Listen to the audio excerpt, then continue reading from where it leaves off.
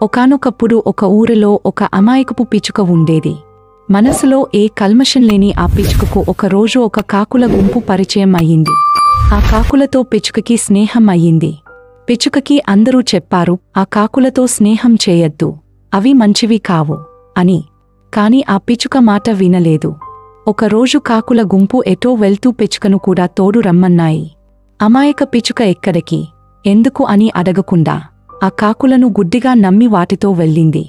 కాకులు ఒక పొలానికి వెళ్లి అక్కడ మొక్కలన్నిటినీ ధ్వంసం చేయసాగాయి. పిచ్చుక నిస్సహాయంగా ఏమి చేయాలో తెలియక అటూ ఇటూ గెంతుతూ ఉంది.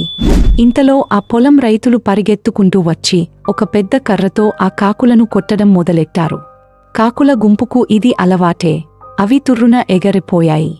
పిచ్చుక రైతులకు దొరికిపోయింది. బాబోయ్, వాబోయ్, నా తప్పేమీ లేదు, నేను అమాయకురాలిని, నేనేమీ చేయలేదు, నన్ను వదిలేయండి అని పిచ్చుక ప్రాధేయపడింది. కాని పంట నాశనం అయిన రైతులు కోపం మీద ఉన్నారు.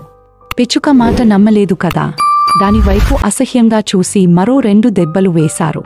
ఇతరులు మన మిత్రులను చూసి మన గుణం ఏమిటో నిర్ధారించుకుంటారు.